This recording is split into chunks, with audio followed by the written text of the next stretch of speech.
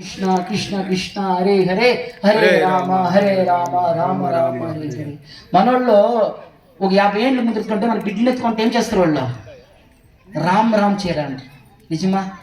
రామ్ రామ్ రామ్ రామ్ ఎవరు భజన చేస్తారో వాళ్ళకి హార్ట్ అటాక్ వచ్చేలేదంట. ఇవి సైన్స్ ప్రూవ్ చేసింది. ఎవరు చేయి తడతారో వాళ్ళకి హార్ట్ అటాక్ వచ్చేదంట, కిడ్నీ ప్రాబ్లం వచ్చేదంట. అంటే ఈ బాడీలకు నెట్లే చూడండి, ఎట్లా చేయిలో సిస్టమ్ అంతా నింపొచ్చేస్తుంది, ఆ బాడీ కండిషన్ అంతా పనిచేస్తుంది. ఇంకా తలరాత ఉంది కదా గీతలో, ఎవరు విష్ణు దేవస్థానంలో పోయి 2 చేతులు భూమి నమస్కారం చేసుకొని నమస్కారం చేస్తే మన తలరాత మారిపోతుందంట. అదే ఇంకా చిన్న రాధాకృష్ణ ఫోటో కానీ లక్ష్మీనారాయణ ఫోటో పెట్టుకొని ఇంటికి బయట పోయేటప్పుడు స్వామి నేను పైసి వస్తాను నమస్కారం చేసుకోండి, ఇంటి లోపలికి వచ్చేటప్పుడు నేను వచ్చిన నమస్కారం చేసుకోండి సార్. మనమే అది మనే మంత్రాలయ అమర్య భగవంతుడు 24 అనన్య చింతయంతో మాం ఏ జన పరిపాసతే తేషాభి నిత్యాభియుక్త మాం యోగక్షేమం వహామ్యహం.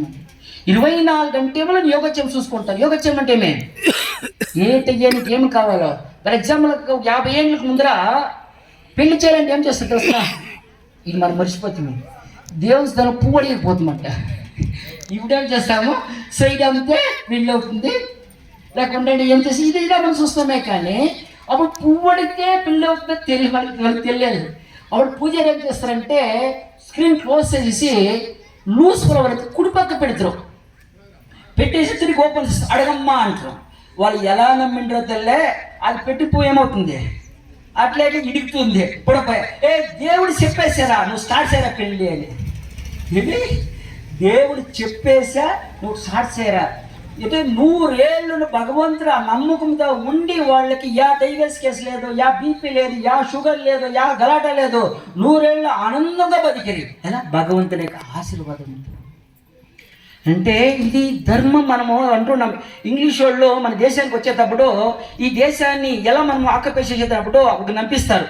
వాళ్ళు చెప్పింది అన్నా, మన కల్చర్ని నాశనం చేస్తే, మన పూజ విధానాన్ని నాశనం చేస్తే, మన దేవస్థానాలని నాశనం చేస్తే అప్పుడు మనం దేశాన్ని ఆక్యుపై చేయొచ్చు అని చెప్పారంట. అది మన యొక్క కల్చర్, మంచి కల్చర్. విష్ణు పారాయణం కాను, లలిత సహస్ర పారాయణం కాను, భజనలు కాను, హరికథలు కాను, నాటకాలు కాను.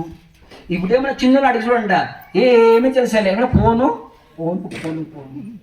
ఇప్పుడు 11 గంటలు చిన్నవాళ్ళు ఎత్తుకోవాలంటే ఆ ఫోన్ 24 గంటలు పెట్టుకొని అంటే బ్రెయిన్ లాక్ అయిపోయింది. అదే భగవద్గీత అని చదివిపియండా వాళ్ళకి ఇష్టం లేకుండా పర్వాలేదు. భగవద్గీత కూకొని చదివినప్పుడు వాళ్ళ పెళ్ళి అత్తోళ్ళింటికి పోయేటప్పుడు అప్పుడు మా అమ్మ చెప్తా ఉండే అని అప్పుడు జ్ఞాపకం వస్తుంది. తెలుగులో 10 మంది బర్త్డే చేసుకుంటాం కదా, ఎప్పుడు చేయాల్సిన బర్త్డే ఎప్పుడు చేయాలా? పుట్టినప్పుడా 2 ఏళ్ళుగా 3 ఏళ్ళుగా? తెలుగులో 10 మంది చెప్తాను. పుత్రో సోహము కలుగును తండ్రికి, పుత్రుడు జన్మించినప్పదు పుట్టదు జనులు కనుగొని పొగడగా పుత్రో సోహము కలుగును తండ్రికి.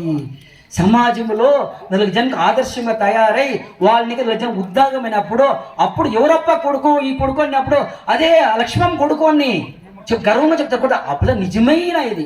కానీ ఈనాడు సమాజం ఏమైంది, అంతా రాక్షస సమాజం అయిపోయేసి మనం నాశనం చేస్తున్నాం. చిన్న భాగవతంలో ఒక స్టోరీ చెప్పేసి నెక్స్ట్ చూస్తాము.